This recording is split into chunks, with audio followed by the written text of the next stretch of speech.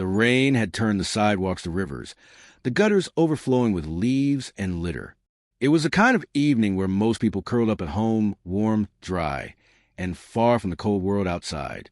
But for one teenage boy, soaking wet and cradling something small and shaking in his arms, warmth was the last thing on his mind. He moved quickly down the dim sidewalk, his sneakers splashing through puddles. His hands trembled not from the cold, but from fear. The kitten in the pink towel had stopped meowing hours ago. Now, she only whimpered, small, helpless sounds, barely audible over the wind. He burst through the glass door of Willow Creek Veterinary Clinic, his wet hair plastered to his forehead, shoes squeaking on the tile floor. "Help! Please!" Dr. Thomas Harper looked up from his computer. At 57, the vet had seen his fair share of emergencies, but something about the urgency in the boy's voice made him move faster than he had in years. The boy unfolded the towel. Inside lay a tiny calico kitten, barely the size of a man's hand. Her fur was matted, eyes half-lidded, breath coming in shallow gasps. "I found her in a ditch by the road," the boy said. "She was just lying there. I didn't know where else to go." Harper didn't waste time asking questions. "Marla," he called to his assistant, "set up the heat pad and 4. This kitten's in shock." The boy stood back as the vet placed the kitten gently on the table. Her body was limp, ears cold to the touch. Harper's fingers moved fast, checking her vitals, attaching a tiny catheter to her paw. "Severely dehydrated," he muttered. "Starved. She's had a fever. 2. Could be an infection. Will run blood work. Name." "She doesn't have one," the boy whispered. "But I guess Junie." Harper nodded. "Junie it is." Just then, there was a scratching at the glass door. The boy turned around, startled. Standing outside in the downpour was a large golden retriever, muddy, wet, and staring straight into the clinic with intense, focused eyes. The boy's mouth dropped open. "That dog, he followed me. From the ditch." "Yours?" "No. He just started walking next to me when I picked Junie up." The retriever scratched the door again, whining softly now. Harper stared at the dog for a moment, brow furrowed. He wasn't aggressive, just urgent, and his gaze was locked entirely on the kitten. "Let him in," Harper said. As soon as the door opened, the dog trotted in and headed directly for the exam table. He stood up on his hind legs and began licking the kitten's face with careful, methodical strokes. "Hey!" Marla started to pull him away. "No," Harper said softly. "Wait." To everyone's astonishment, the kitten responded. Her paw twitched. A faint, broken mew escaped her throat. It was the first sign of life she'd given since arriving. The dog lay down beside the table, his nose barely touching Junie's side. His tail wagged once, slow and solemn. Harper allowed it. For some reason he didn't yet understand, the dog's presence was doing something no medicine could. They scanned him for a chip. Nothing. No tag. No collar. Just a stray, same as the kitten. Harper decided to keep him for the night. They called him Samson. The clinic was quiet after dark. Everyone had gone home except Harper, who stayed to monitor Junie's vitals. Samson had curled up beside her crate and hadn't moved in hours. Every so often, he'd sit up and lick her face again, and each time, her breathing would regulate, her heartbeat would strengthen. It was impossible to ignore.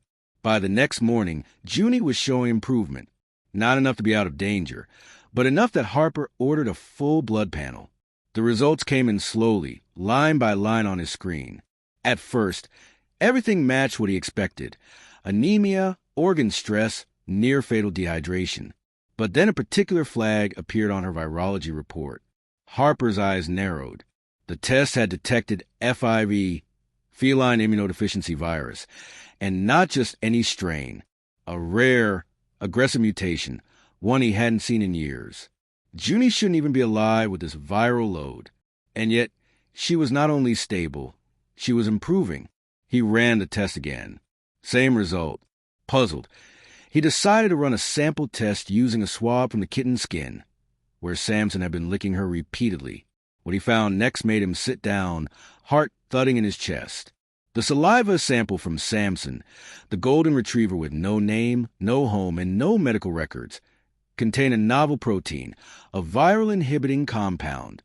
It was bonding with a virus in Junie's system, reducing its spread, acting like a custom-made antiviral. The dog was healing her. Word spread fast through the clinic. Marla wept when Harper explained. The boy came back every day just to watch them. Samson never left Junie's side. Even when she began to eat again, small licks of wet food from a tiny dish. He'd sit behind her, tail thumping softly against the wall. For weeks, it continued.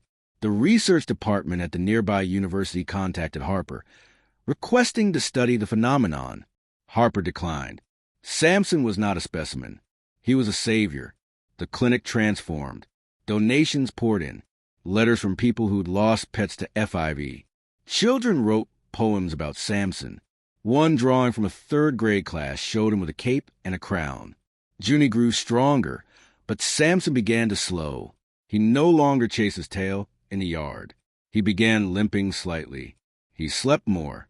Harper worried, quietly at first, until one morning Samson didn't rise at all. Tests revealed the truth. His liver was failing. Fast. The mysterious compound in his body was not without cost. Whatever mutation allowed him to save Junie had placed immense strain on his system.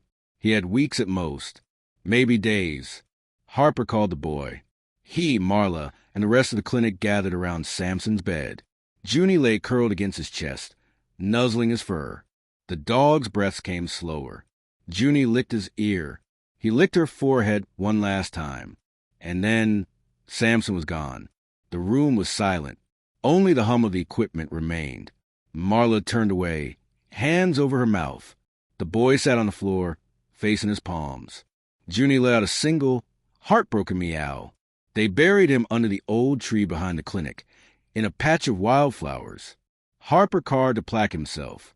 Samson, a stray who healed. A friend who gave everything. Junie sat by the grave for days. She didn't eat, didn't move. Harper sat beside her sometimes, just watching. Then one morning, the sun came to the branches, casting light over the grass. Junie stood. She walked into the clinic and curled into the lap of a grieving child in the waiting room. From that day forward, Junie took on Samson's role. She would curl beside sick animals, press her head against nervous dogs, climb into the laps of those saying goodbye, and sometimes, just sometimes, she would lick their ears, as if remembering, as if continuing what he started.